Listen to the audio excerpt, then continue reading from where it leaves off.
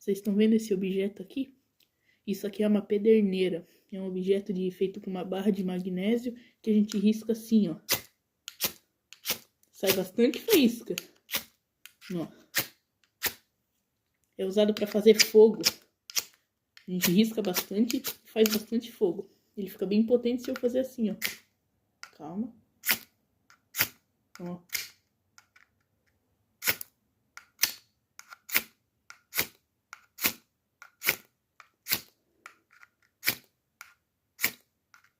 Sai muita faísca, olha a faísca.